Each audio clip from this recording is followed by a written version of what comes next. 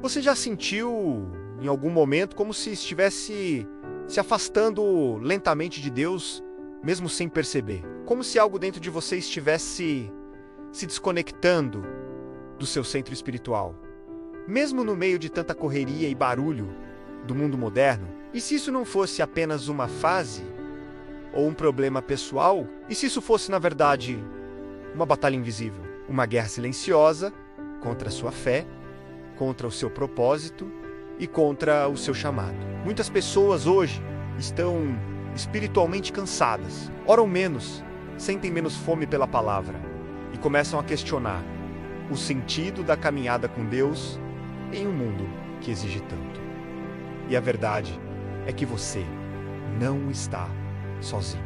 Existe uma guerra acontecendo, uma guerra que não se vê, mas que é real. A era moderna trava uma batalha silenciosa contra a nossa alma, usando estratégias sutis para apagar o fervor espiritual. E talvez o maior perigo seja esse.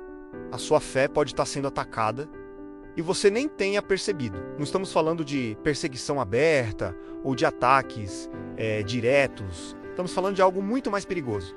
A apatia espiritual, uma frieza que se instala devagar, disfarçada de rotina.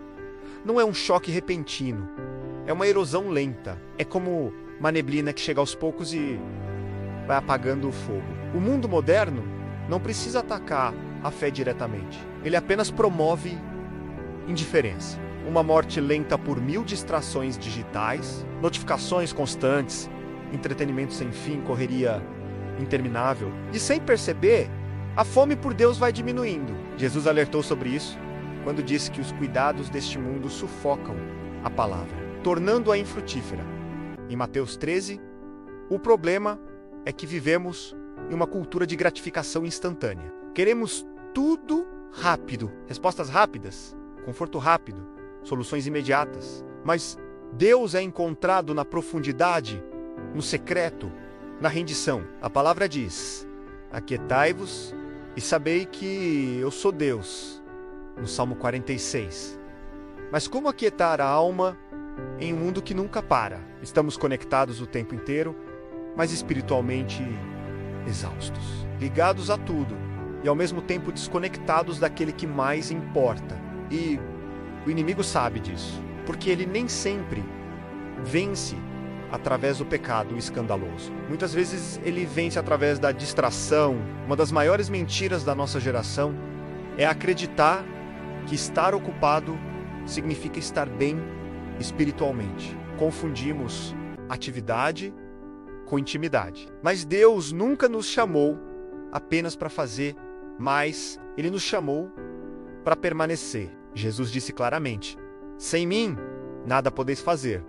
Em João 15, a correria pode substituir a presença. Outra armadilha silenciosa é o espírito de autossuficiência. O mundo nos ensina: você consegue sozinho, você não precisa depender de Deus.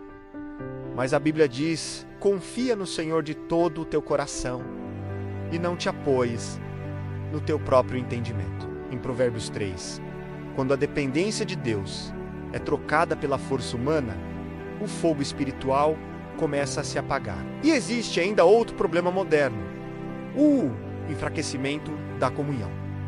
Vivemos em uma sociedade cada vez mais individualista e isolada. Mas a fé nunca foi feita para ser vivida sozinho. A igreja primitiva ela entendia isso. Atos 2 diz que eles perseveravam na doutrina, na comunhão, nas orações. O isolamento alimenta a apatia.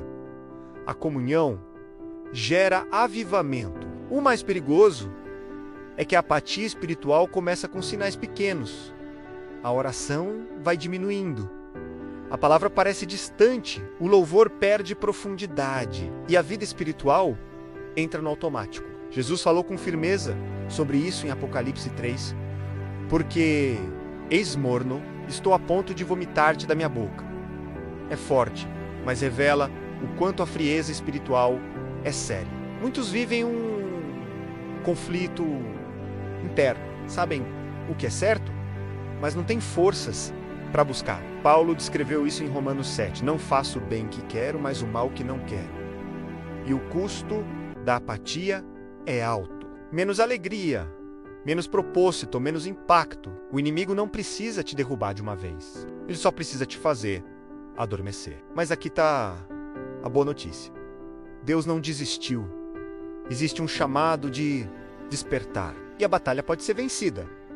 O primeiro passo é intencional. Criar espaço para Deus é guerra espiritual. Estabelecer limites para as distrações é necessário. O próprio Jesus fazia isso. Lucas 5 diz que ele se retirava para lugares solitários e orava. Também é preciso renovar o compromisso com as disciplinas espirituais. Oração, palavra, adoração, não como obrigação, mas como relacionamento. Deus promete em Jeremias 29: buscar-me-eis e me achareis quando me buscardes de todo o coração. E mais do que nunca, precisamos de comunidade. A fé cresce no ambiente certo. Hebreus 10 nos exorta: não deixemos de nos reunir. Antes, encorajemo-nos. Em um mundo que isola, a comunhão é uma arma poderosa. Uma vida espiritualmente desperta é poderosa em um mundo apático. Quando o povo de Deus desperta, famílias mudam, comunidades são impactadas, a luz volta a brilhar. Jesus disse: vós sois a luz do mundo. Em Mateus 5, reacender o fervor não transforma apenas indivíduos, transforma gerações. E aqui está o chamado final: desperte, volte, queime novamente. Paulo escreveu em 2 Timóteo 1: reavives o dom de Deus que há em ti. Essa guerra é invisível, mas a vitória também é. Deus está te chamando para viver um propósito divino. Não uma fé passiva, mas uma fé viva, ativa e cheia de fogo. Se essa mensagem falou com você, deixe seu like, porque isso ajuda outras pessoas a despertarem também. Se inscreva no canal para continuar recebendo palavras que reacendem a fé e fortalecem o espírito. E compartilhe este vídeo com alguém que pode estar se afastando aos poucos, porque essa guerra é silenciosa, mas o chamado de Deus é eterno. Que o Senhor reacenda o fogo em você.